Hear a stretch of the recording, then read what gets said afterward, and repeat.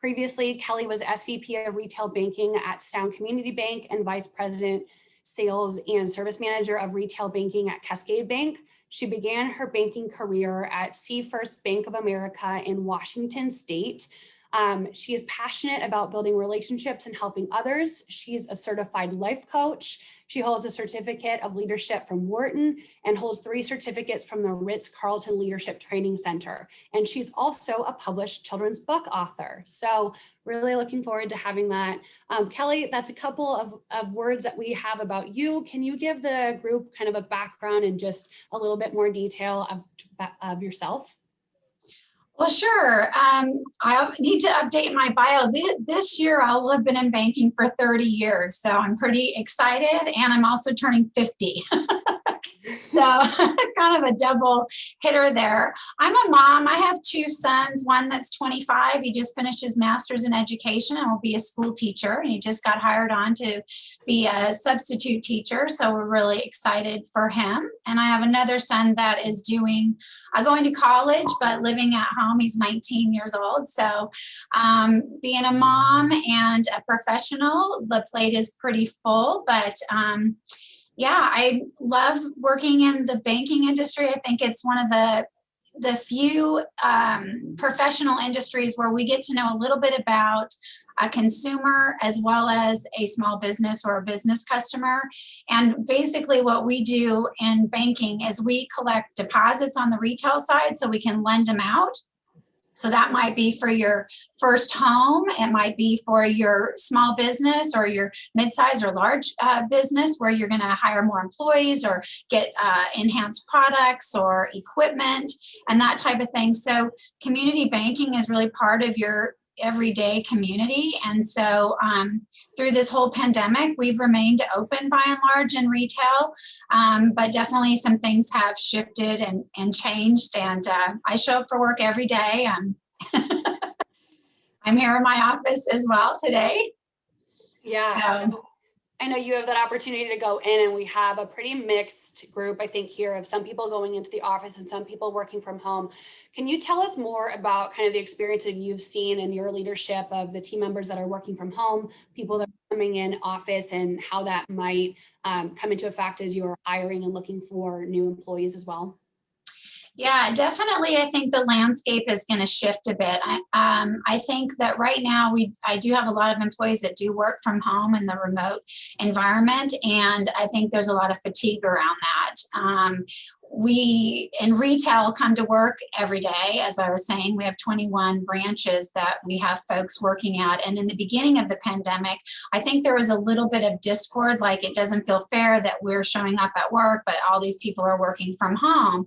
And now that has shifted to say, I get to come to work and be with my work family and get inspired and help people every day versus I'm at home and I don't have that transition from I get up in the morning and manage my kids and now I'm in my office and then, I start dinner. Like there's no transition there. So I definitely think that there's some fatigue around it. For the future, the post, definitely feel like there's opportunities for folks to work from home that are successful and really do enjoy it. And I think how we are hiring today, if you're not in a customer facing environment, but an office space, we might ask you to come in a couple days a week so you can be in that team environment. But this is all under like a transitional period right now because it's tough if you're new and you're starting your new job from home. And we've been doing that for the last 10 months by and large. So looking into that and knowing that your industry has changed, looking at that transition into a post-pandemic workforce, how is your industry changing specifically, and what should people know moving forward? I definitely think there's going to be a mix of folks, that are going to want to work from home or be on that rotation, and people that have kids and families still at home. I see still we're not going to go back to the same way that it was necessarily prior to that in the post-pandemic. I think the tricky part is There are lots of employees that do great working remote, and we have also found there are lots of folks that don't. They need that self-motivation, they need check-ins, they need more management, they might be new to our industry or what have you. I think it's going to be difficult as we talk about transitioning folks back to work, is to say, okay, well, Kelly, you're good at working remote, so you can work at home, but you're not so good, so you're going to have to come to the office. Yet, they all talk and going to be saying, well, you get to work at home and I don't get to work at home. So we're trying to figure all of that out, like what kind of a process and protocol are we going to put in place for the future for these employees when we do get to that point where more and more people can transition back into the workforce. And what was the second part of that question? What should people know moving forward? I think that what people should know is, it'll be really important for you to be flexible and to be open to both options. I think the more, like I got to have it this way, or I was just interviewing for a marketing position, and one of the ladies I interviewed was like, I really only want to work from home. I've been doing it for this whole time. And I work best as an independent worker. Well, in our marketing group, we want to create that creative and poster boards and writing all of our ideas up and being a team environment. And so that probably isn't going to be the right fit. So I think you really have to think about what it is you want, and then what might you be asking that employer to make an accommodation for. And you're going to really have to prove that you can, work from home in this changing environment. So something that's super small in terms of working from home and having people working in office that has come up for me personally this week is the topic of how many calls you have with video on versus over the phone. I'm interested in the group, if you want to share in the chat, is how many of you guys are doing, kind of what that spectrum is. Are you guys doing mostly phone calls without video? Are you turning your video on? And then Kelly, I'm interested to know from you is, when you guys have kind of a half and half model, do you have expectations that people are presentable, ready to work all the time? Or do you kind of give a heads up if you're going to be going on video? You want to wait to survey, or do you want me to just jump in?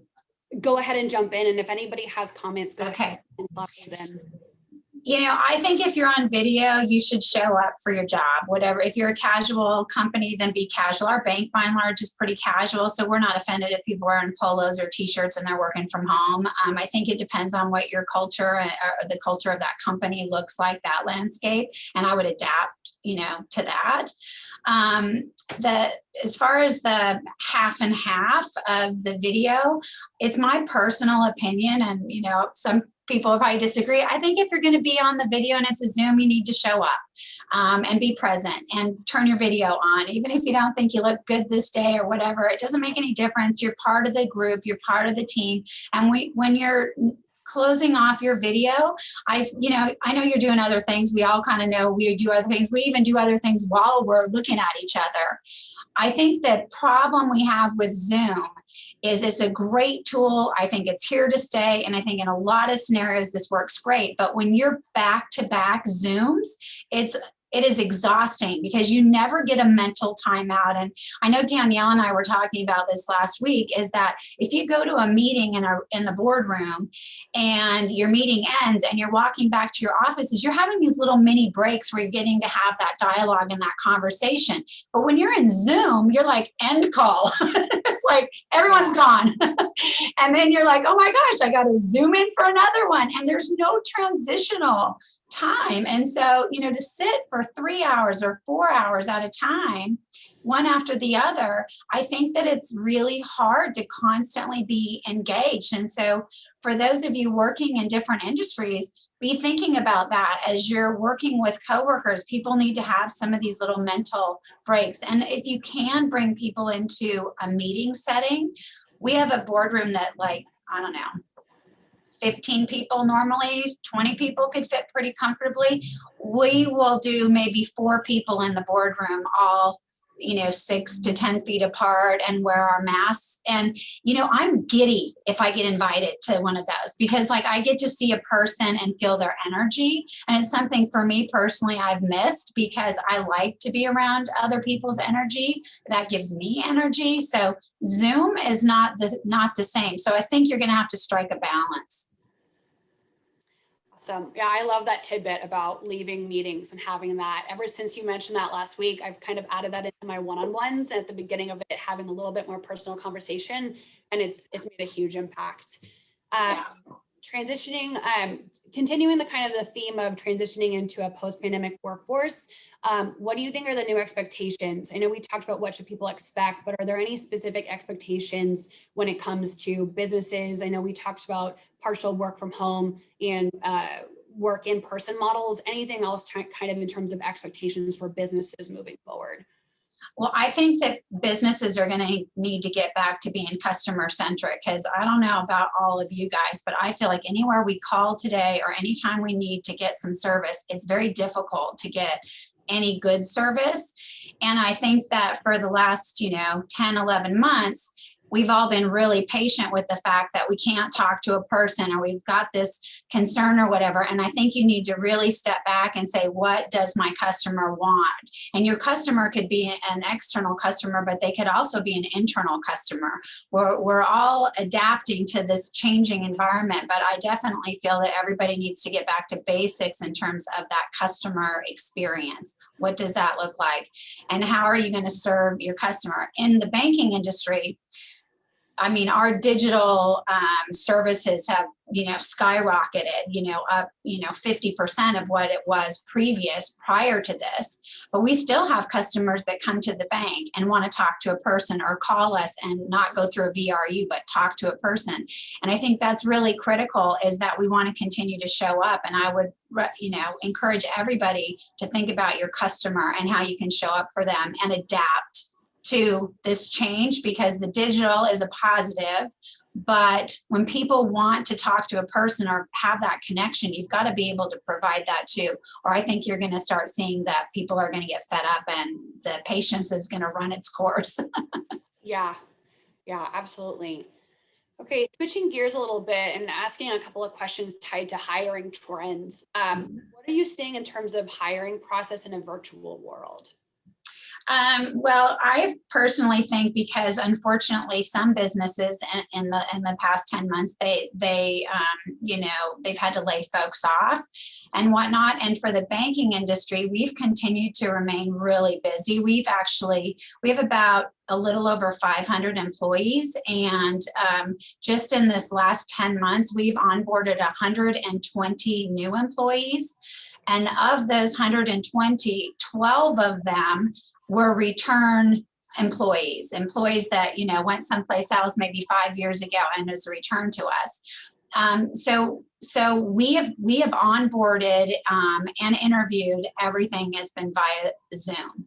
And so I think, the process in the virtual world is, again, this is a great tool. And I think that we'll continue to see that. But I also think that Zoom will serve as, or, your WebExes or what have you, it'll serve as a tool. When you get down to that candidate, I think that people are going to prefer that we meet in person. So again, maybe we go through a process of who's our top 2, and we do a Zoom chat with 5 different candidates, and then narrow it down to our top 2 and invite them to come in and meet with us in person. I think that you'll see something like that. I also think candidates for the banking industry have really improved. We've gotten some really great hires during this time, and our goal now is going to be, how do we keep them engaged? These great hires, people that come with a different skill set, maybe they're more technical, digital focused and whatnot. So I'm kind of excited to see what that looks like. Yeah. You mentioned that you are hiring, I think it was 120 right now. Yeah. Compared to this time last year, or just a benchmark to understand how that might have shifted? Yeah, last year it was about 50. So, Okay. yeah.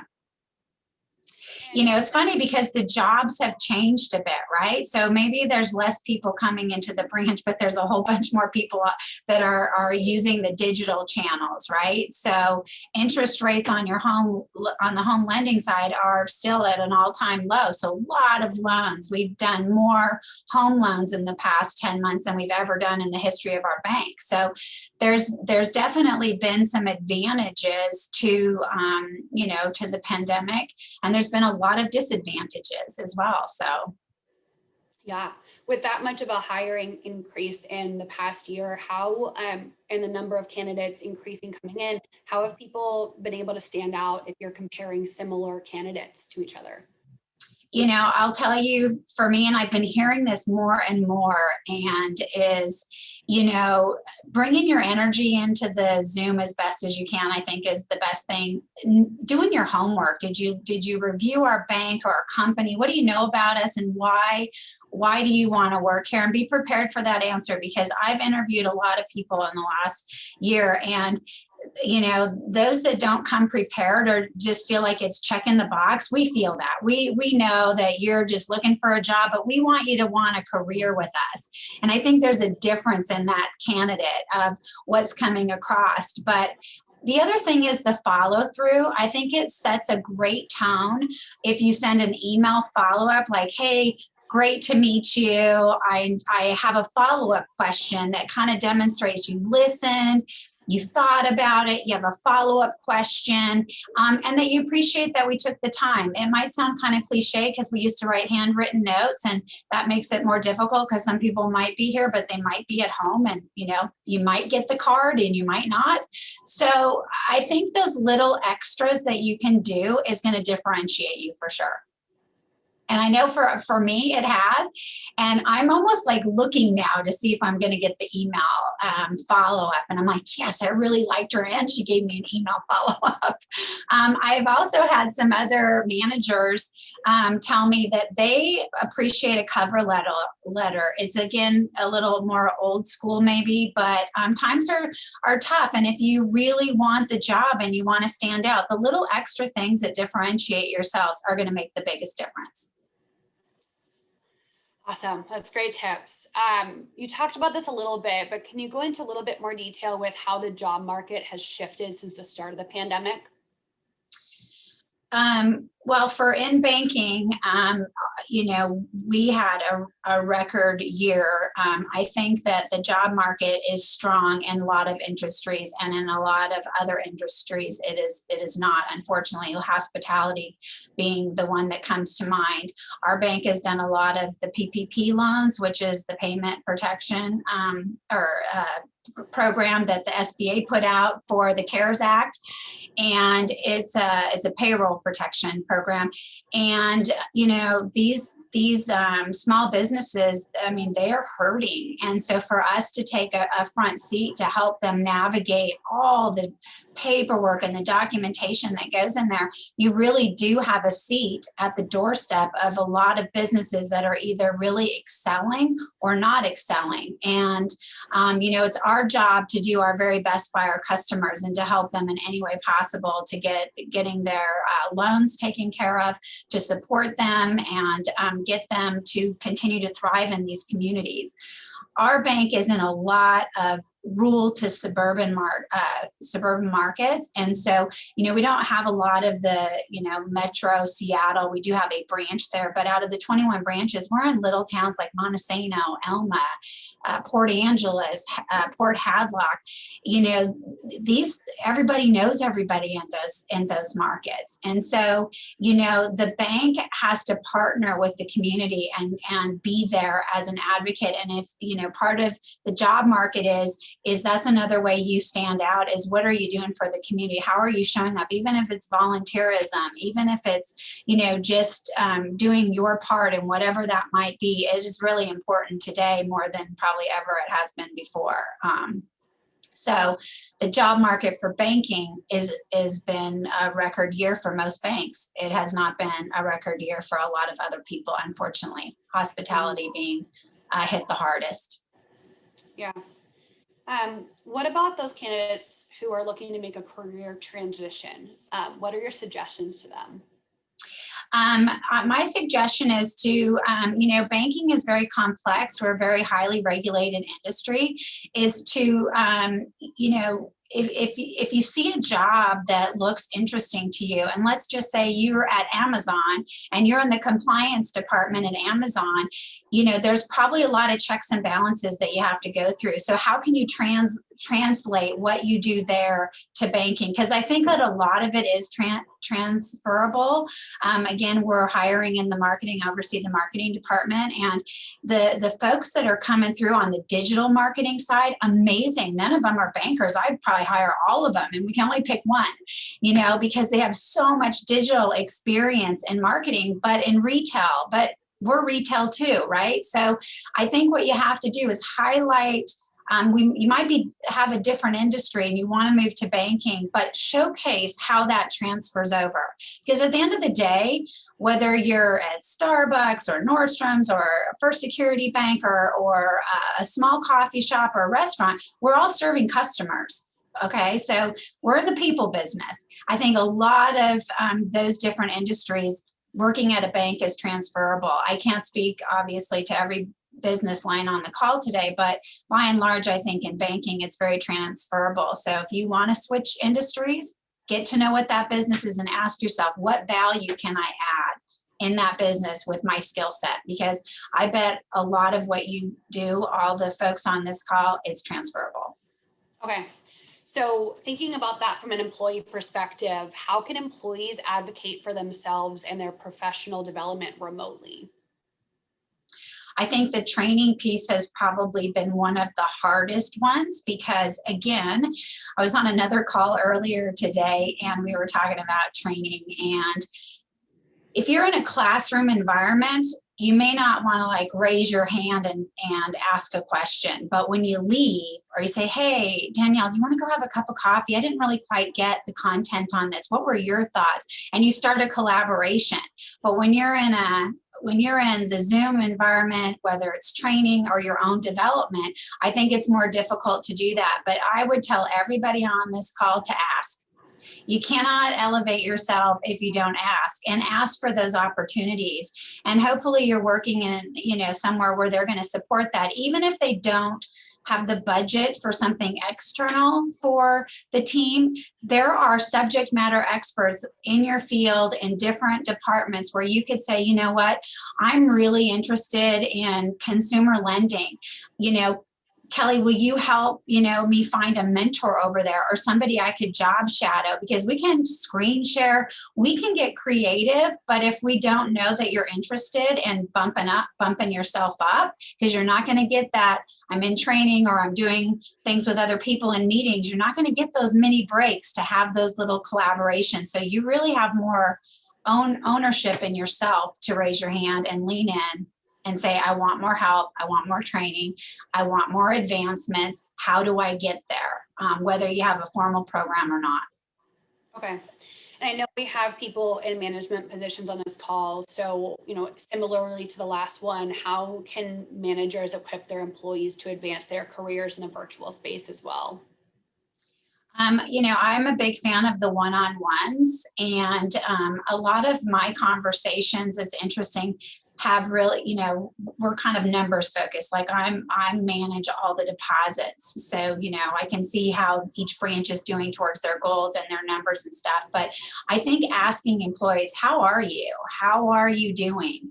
Do you feel comfortable sharing, what is your work environment like in the virtual space? Because when you ask those types of questions, you will find that your employees will share, or they even might get choked up because it is harder than you actually know that it is for them. And they do want to be able to share that. But I would ask, how can I best support you? I ask that almost every time I hang up the phone, on the phone or on the Zoom, is how can I best support you? Is there anything else I can do to best support you? And, again, you have a lot of people that say, yeah, can you help me with this or that? Or is there an opportunity? I heard there's this class, or the Washington Bankers has a program. And so can we leverage them and our other business partners? Like all those different avenues. But I think the managers, we have to have the conversation. We have to be the ones asking those questions. Yeah. Speaking of questions, I saw a couple of people in the chat that have mentioned, I'm glad to hear I'm not the only one fatigued right now. To give some context on myself, I manage a team of about 20 people at a small to mid-sized business doing all e-commerce right now. And my team is global across 4 continents. Oh, wow. I have recently started taking the first 5 to 10 minutes of all my one-on-ones just to ask how people are doing, how their families are doing. And it's something that I kind of have done every quarter. And the amount of trust that is built with my team, and the more we're much more effective and productive now that we have those conversations. Have you seen that on your end, and have you kind of built stronger relationships with your employees or coworkers or managing up in order, by having those conversations of admitting how difficult this is right now? Yeah, I had a manager about 6 months ago that when I was checking in with him, how are you doing? How's your team doing? How are things on the home front? He's a single dad. And he said, well, I know you're probably not the right person to say this to, but I feel bad about myself. And I said, well, share, what does that mean? Feeling bad about yourself? And he goes, well, I've gained like 8 pounds. I feel sluggish. I don't feel motivated. It's like I can only come to work and I give 100%. And then when I go home, I just feel down. And his son was, real active in baseball. And so he was the coach. And so I started all these things started unraveling. And then I said, well, look, what are you doing for physical activity? And he's like, I'm not doing much. And so we made an agreement that he was going to walk 4 nights a week after work, and he was going to get his son and they were going to walk 4 nights a week. And so those one-on-ones shifted because it shifted to, are you doing your walks? How's the walking going? Have you been able to add any other activity to those things? And he actually, because it's like 6 months ago, brought this up on a call that, my one-on-ones with my boss, she started holding me accountable for my personal health versus my numbers on my scorecard. And I think just as human beings, if David's not the best he can be, then he's not going to be the best he can be at work either. And so I think as a manager, we have to recognize these are human beings that have real life stuff going on. Oh, and a pandemic, and they have to come to work and put a smile on their face every day. But, if we can create that safe space where they can share with you in that way, you will have a stellar performer. And here's the irony. He became branch manager of the year.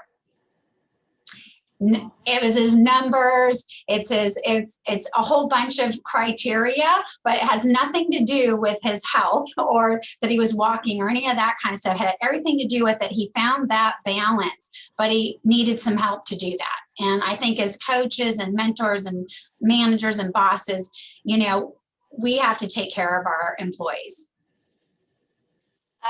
So I know that you've mentioned that your business specifically, you guys have a lot of things happening in person. Have you seen that working remotely, has there been shifts in the perspective from management of whether you guys can work and have people work remotely as a business? Absolutely. I think it's definitely shown us that we can work remote and be successful working remote. I think the hardest group of folks is more of an entry-level position, and a position that I'll just use deposit operations. A lot happens in operations, and to not have your boss right there with you or close by for questions, they have to schedule everything with you, right? And I think that's been the hardest transition for our groups, our folks that are new to the industry in an entry-level position, and they're working remotely. I think that's been the roughest. Okay. Thinking back to what you just mentioned, I really liked what you were talking about of the personability of talking with your employees, asking how they were doing, and people were being more open. Do you think that level will transcend the pandemic? Do you think that we'll be able to keep that level of being honest and saying to our boss, hey, I'm having a really hard time. I worked nonstop yesterday and I'm, didn't have any time to leave out the house. Will we be able to keep doing that? What are your thoughts? My thoughts are that it will continue. But again, it depends on that manager. For me, I want that to continue because I think that when people feel supported, whether it's at work or it's at home, you're just going to have a more well-rounded employee that's going to come to work and give their very best. And sometimes that is being vulnerable and sharing that it's been a really hard time and picking up on that. And, I always say to people, if you're not comfortable sharing, I can tell something's going on. If you're not comfortable, that's totally fine. I don't want to pry, but I do want you to know that I'm here for you and I'm your support. And, really, I feel like I work for them. They don't work for me, so I'm only as good as my employees. And so, I think that you have to do that mindset shift, and then you need to continue it. I hope that managers will continue that. When the pandemic ends, how do we continue to see each other as more than just employees? And I guess in this framework of you leading your managers, how will you keep your managers accountable to continue their one-on-ones with their team members doing such types of things and asking such questions? Well, it's definitely an expectation for us as part of our core values, and I actually included on our 2021 scorecard. So in retail, we do quarterly scorecards based a lot on performance, but we have a big section on leadership. And one of the biggest ones for the branch managers is coaching and development of their team, is holding them accountable for the coaching and the development, and making sure that their teams feel supported. And it's not exactly a science of measurability, but it's definitely a great way to have that conversation. And you can see and know those employees that are feeling supported, or they're getting additional training or whatnot, because it's coming out of those coaching. So I think it's our job to continue to build that bench and help those individuals, overtake our jobs and continue to grow and pay it forward every opportunity that they have to do so. Awesome. No, I love that. I think that's such a great point. Okay, I want, one more question about management. How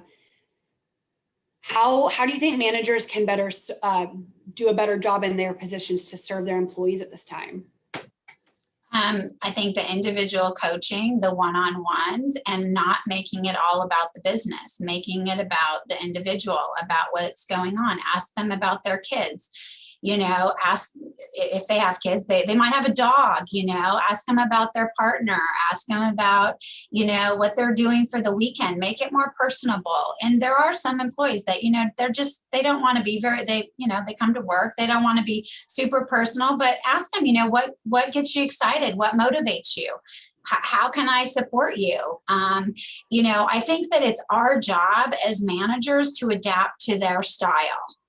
So I don't think we should expect our employees to adapt to us. And that is a difference in how leadership once was, like in the 80s and the 90s. I think we've evolved more in year 2000 and beyond, but I definitely feel like we've got to remember that it's our job to adapt to them. Okay, we've covered a lot of topics, and one of the things that we've talked from a lot, which is very popular right now, working from home, and we talked a little bit of working from home has really affected transition in our days. There's no decompression time, like our commutes, lunch breaks. What tips do you have for decompression? Oh, I'm so glad you asked that question, because I've just been talking to folks about this. I think that you really have to set your day like you would in the office. And that means you take a break in the morning, you put it in your schedule, you take your lunch, you schedule all of these things like you would if you came into the office, and give yourself that grace and that permission. I think that's the hardest thing, is that everybody working from home is like, I really got to prove myself because they don't really know what I'm doing. No one's really checking in with me. And so I got to be available the entire time. I just don't think that's the case. I think you've got to manage your day no different than if you were sitting right here next to me in the office, and really schedule that time away. I mean, honestly, I think it's really important. I had somebody call me the other day and their refrigerator broke, and she's like, I'm really sorry.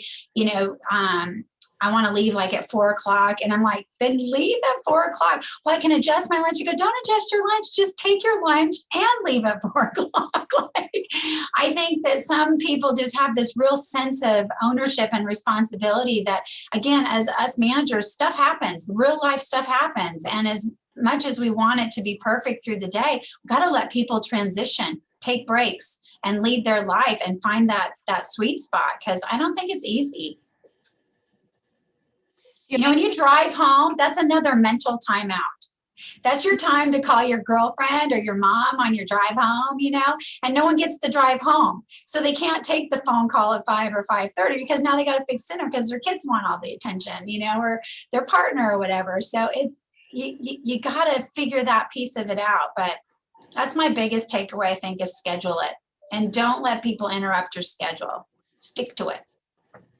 For people that might have that difficulty where when a boss knows that you're working from home, that you're kind of available at any time, how do you recommend setting boundaries and kind of having those managing up conversations? Okay, well, this actually happened to me. I'm kind of a workaholic, I admit it, and I love working. And I would answer an email at 9 or 10 o'clock at night. And through this transition, I think for me, I decided that I needed to give myself some more self-love and some more grace as well. And so my boss didn't put any of these expectations on me, but I put them on me. And then that became my standard. I've been here almost 5 years. That was my standard, is that everybody says, well, Kelly's super responsive, right? So I had a meeting with him in September, and I said, you know, I'm going to set some boundaries and I will not respond to an email after 7 o'clock. And I don't.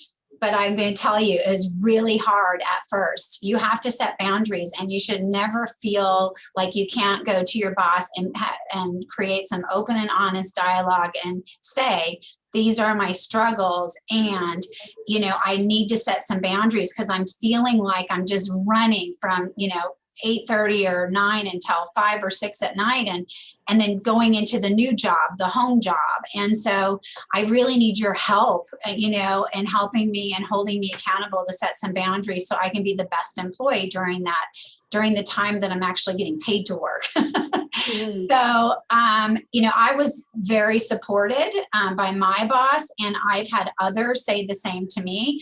But I've also been setting a new standard around here, is I want you out the door by 5:30. I have a lot of workaholics around me, and I want everybody out the door at 5:30. And so I just start walking around and telling everybody, it's time to go. We got to go. We got to go. And it's been hard for those that normally stay till 6:30 or 7, but they're breaking down. It's too much work. And again, we're not creating a positive work environment when people are running ragged, whether you're at home or you're in the office. We got to change it, and then we got to stick to that. You don't have to prove yourself like that anymore. So I know you're coming from an experience of a good sized bank, and we have a wide variety of company sizes on this call. How can small businesses with less than 10 employees use the practices from a larger organizations like your bank to stay alive during and after the pandemic? In terms of like communication and keeping everybody engaged and whatnot, or? Yeah, that's a great place to start. Okay. So I mean, I think that everything we've talked about translates to any size of business, to be honest with you. It starts with communication. It starts with the open and honest communication, having that dialogue and asking people for feedback. What do you think? What are your ideas? You know, how can I do better? How can our company do better? And ask them for engagement.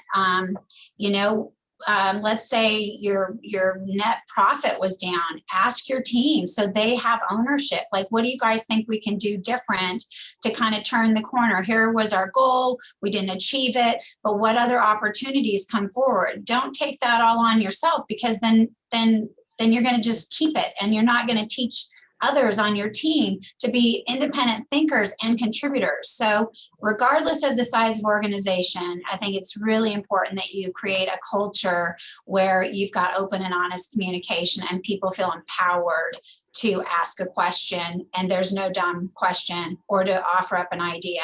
We have a rule around here, and it's best idea wins. And it doesn't matter what position you are.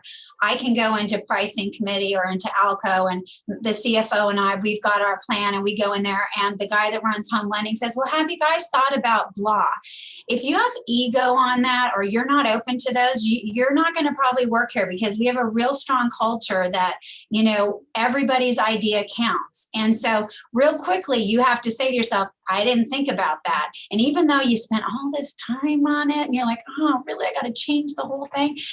That's our culture. And so you want to lead that, because my employees are watching how I'm going to respond to that. And I'll be like, Dawn, I never thought of that.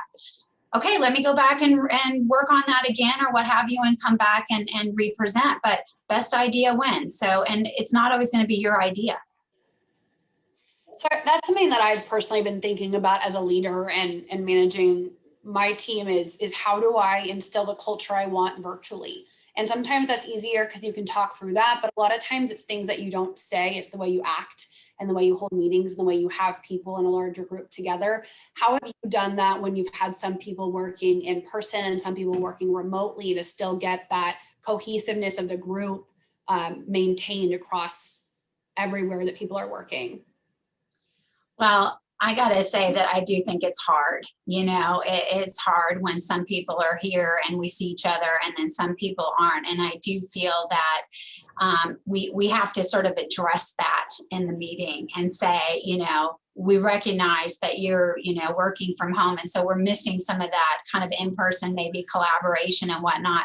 So again, asking them, how can we make sure that everybody feels ownership and included in the process, in the decision-making, et cetera. And, you know, if you ask employees for their participation and to help us be a better team, I don't know that I've ever come across somebody that wouldn't say, I've got an idea, I want to share it. But you got to make it a nice, safe environment so they feel confident sharing with you. You also have to be able to take that constructive criticism and feedback. So I have typically a pretty positive, upbeat personality, but if I'm like really focused, I might not have that all the time. And sometimes people can think, oh, something's wrong because she's not like always, you know, she's not smiley as much today as she normally is, or whatever. And I was on a branch manager call. I have my other managers on the same call. And a newer gentleman that we had hired, he's been here about a year, he called me up after the meeting and he said, you know, you talk a lot about open and honest communication. Well, I have some feedback. Are you open to it? And I said, yeah, I'm open to it. He goes, well, you know, you didn't seem like yourself. You bring the energy and you bring the, you know, the recognition and the positivity. And I felt like you were a little bit off. And I was like, really? And I said, I need to think about why I would be off. And I thanked him so much for bringing this forward to my attention. And then I started thinking about it. And on my way to work, I had a call about my father-in-law who was just diagnosed with cancer and was going through chemo. And you don't think about it because you come to work and you kind of transition to work, but it obviously stayed with me, you know, like I had been thinking about it, but even when I was asked the question, I couldn't quite put my finger on it in the moment. And so I called him back and said, I think I know what was going on. I was dealing with a personal thing that happened just before I got to the office, and that must have translated to the team. What can I do different going forward? He goes, you're just going to have to think on how you turn your Kelly on when you get in the group, because you have, you know, 25, 30 people. So you got to turn it on.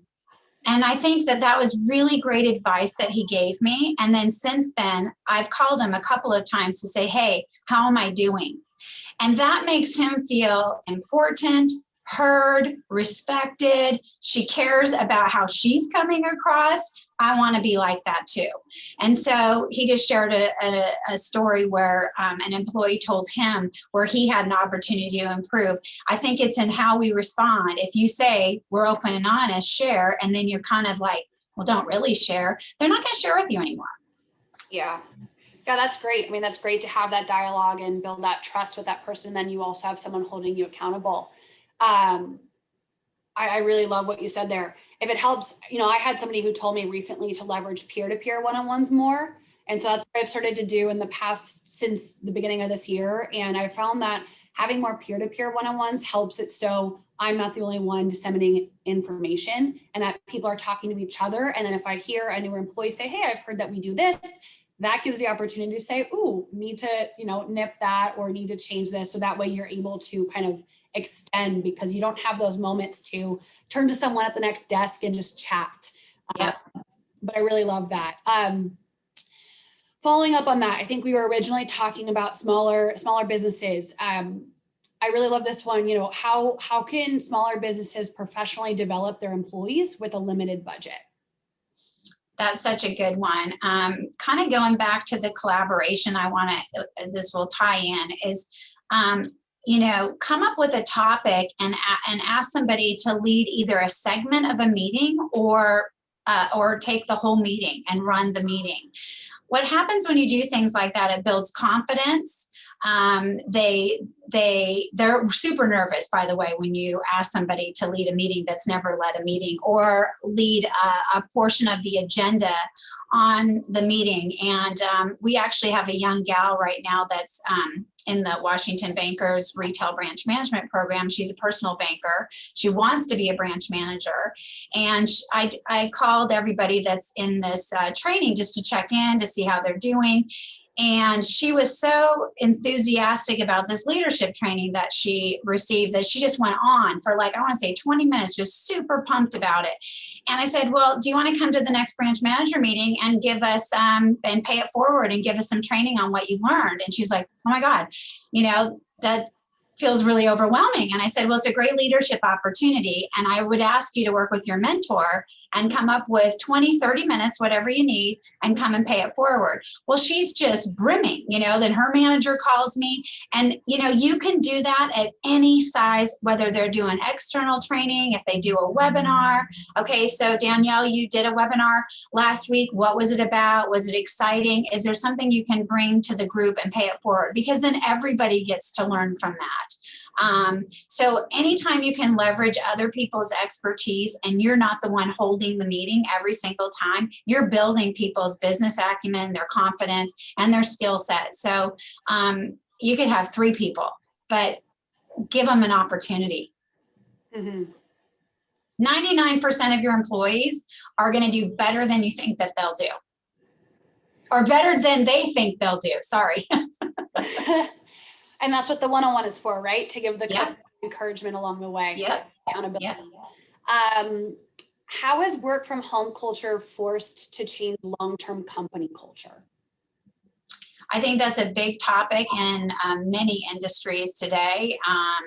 I do think that the virtual world is going to have an impact to some degree on the culture. So I think that companies are going to have to think about what is the culture. And it doesn't to say that it's not a good culture, it's a different culture, because at this bank, we are extremely collaborative. We really are all sort of, in-person type individuals. A lot of us are. And so, having folks that are in a virtual environment, let's just say 25% of the employees end up working from home. How do we ensure that they feel part of a culture that they don't come into every day? And I think that's going to be a challenge. Having 21 branches that roll up to me, each one of those branches, we have our culture, right? But they have their own culture too, right? They're their own group of individuals in a rural market, and they've created their own culture, but it mirrors the culture that we have here. And I think we have to have more conversation about that across all businesses is, culture is a currency, because people want to work for an organization that has a great culture, and that is fun and collaborative, and people have a voice and feel empowered and get opportunities for growth. And you're going to have to figure out how to do that. I certainly don't have all the answers for a question like that, but I do know that it's going to have to change. Yeah. So I'm going to push another one at you that might be a little harder one. So we talked about employee development. We've talked about a little bit of professional development. What about small business owners or even people at my level, director, senior director, VP level, that are now faced with such a different work environment that they're being challenged with a new set of skills? How do you recommend professional development opportunities for more senior leadership in a business or owners? So helping the entry level folks move up to a senior leadership, is that what you're saying? Yeah, or I think it would be kind of a combination of, helping entry level people, but people that are higher up in their careers, senior level, director, VP, Okay. navigating this now when there's not really any set standard of where we're going. We're still moving through it. How do you speak to that group that is kind of having to figure it out on their own? Kind of like yourself, how are you trying to figure out and stay up with the times and stay motivated? Well, I get motivated from my team and the collaboration and asking them for ideas of how we can improve and what we can do to move forward by and large. But I also would say to everybody that's manager and all of you are leaders on the phone today, I mean, life by and large is kind of a do-it-yourself project. So if you want that next thing, you need to figure out what are those skills that you're going to need and how can you get them. There are so many resources out there that are free. There's podcasts by famous people that are running, Fortune 500 businesses. If you can take that time to educate yourself and to advocate for yourself and be able to say, like, look, on my own, I've done all of these things and I'm trying to remain relevant in an environment that is ever changing, and I still want to have other opportunities for growth. What else can I be doing? And for those small businesses on a tight budget, again, like, ask for a volunteer on your team to search opportunities for free education that they can find online that could be universal or help support some of those needs that you may have today, or even this group of young professionals. How can you leverage each other to help one another with different skills to develop? It doesn't have to always be that it's a curriculum and a program or a college or whatever. It can be each other. Yeah, thank you. Good question from the audience. I'm going to read it directly. So this person says they appreciate what you said about managers needing to adapt to their employees. This isn't something that they see in their current role. As an employee, they try their best to be flexible and honest with their leadership. As a young professional, sometimes they find it challenging to get their point across due to the age and experience gap. How would you suggest young professionals get their leaders to adapt to them? Maybe not 100%, but enough to meet in the middle. Oh, that's just so hard sometimes because we have all been there, it's bravery. It's really having the courage to come forward and saying, this is what I need from you, or asking them what is their communication style so you can do your best to sort of match their communication style. So there's more synergy there, because you're not always going to work with a manager that is going to adapt to you. That's real life.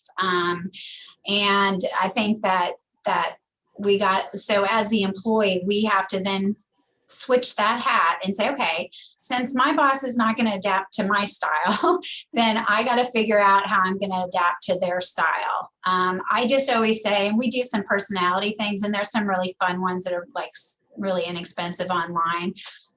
Like the birds, if anybody's done that, or different personality things. But if you do something like that, you can pretty much see what personality type your boss is.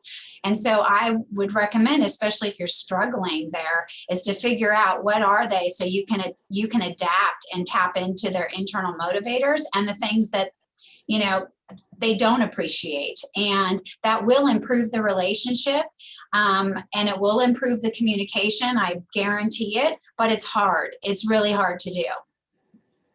Okay. So I just want to say to the group, I think we're going to do a couple more questions and then we're going to wrap up. So if you have anything that we haven't covered, feel free to put that in the chat. Want to make sure we get everything and capture all the topics that people are interested in talking about.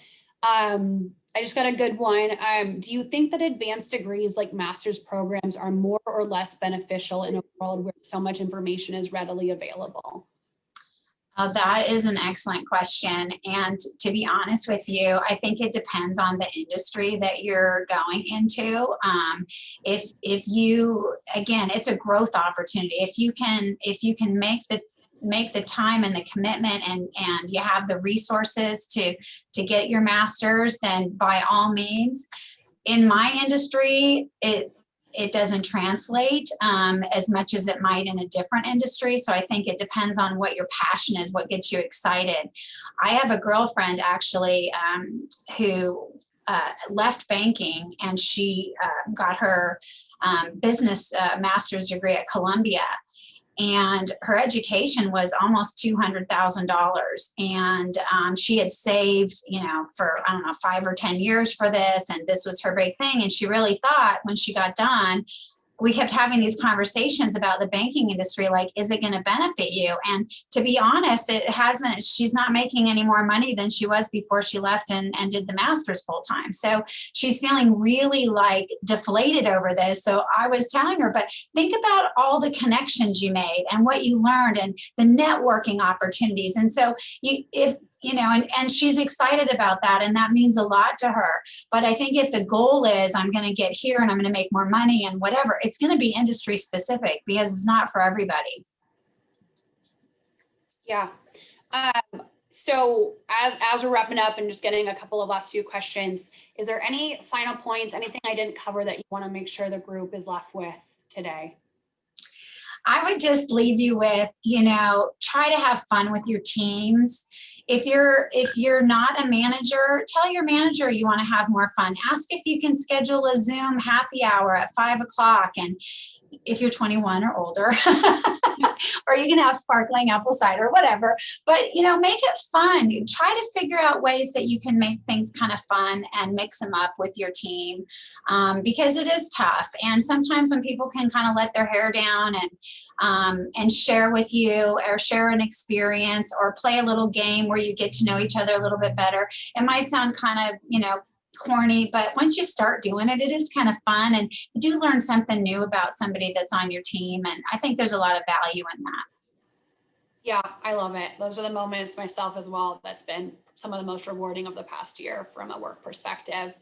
Okay, Hannah, I think we're going to kick it over to you now. Thank you so much, Kelly, for your time today, for your insights, and for answering all these questions from the group. Yeah, thanks for having me, Danielle. I appreciate it. It's so nice to see everybody. And I see my buddy Megan up there too. So awesome. Thank you again, both of you, for joining us and taking the time to chat and share some insights with everyone. I know that a lot has changed in the last year, and a lot will be different as we transition back to in-person life and interacting with one another again. So I hope this conversation gave you all some insights and tips on how we can adjust successfully in the very hopeful coming months. So again, virtual round of applause for Kelly and Danielle. Appreciate all that you shared. So before we let everyone head out, just wanted to share a couple of announcements. I wanted to make sure to shout out a couple of additional board members who joined us after we'd introduced everybody. We have Sam DeMars Hansen and Rashida Grant, who are also both members of our board. So feel free to connect with them. Again, our board is a great group of young professionals with lots of insights to help make this program what it is. So I'm really appreciative of them and all the hard work that they do. While we're virtual, we shifted to a quarterly format. So we'll be doing events once a quarter instead of monthly as we did in person. Once we get back to in person, hopefully we'll start to meet a little bit more frequently. But keep an eye out for our next event, which will be held this spring. Details as they are finalized will be on our event calendar. And then finally, I just wanted to reiterate the great point that Marcus made in the beginning, that it is Black History Month. And so in the chat, I have included a link to a compilation from the Chamber on how to support some local Black-owned businesses and organizations this month, and obviously beyond. Black History is not just the month of February. So with that, we are done. Thank you all so much for attending. Give you about 20 minutes or so back of your evening. And we hope to see you in the spring. Thanks all. Bye. Thanks, everyone.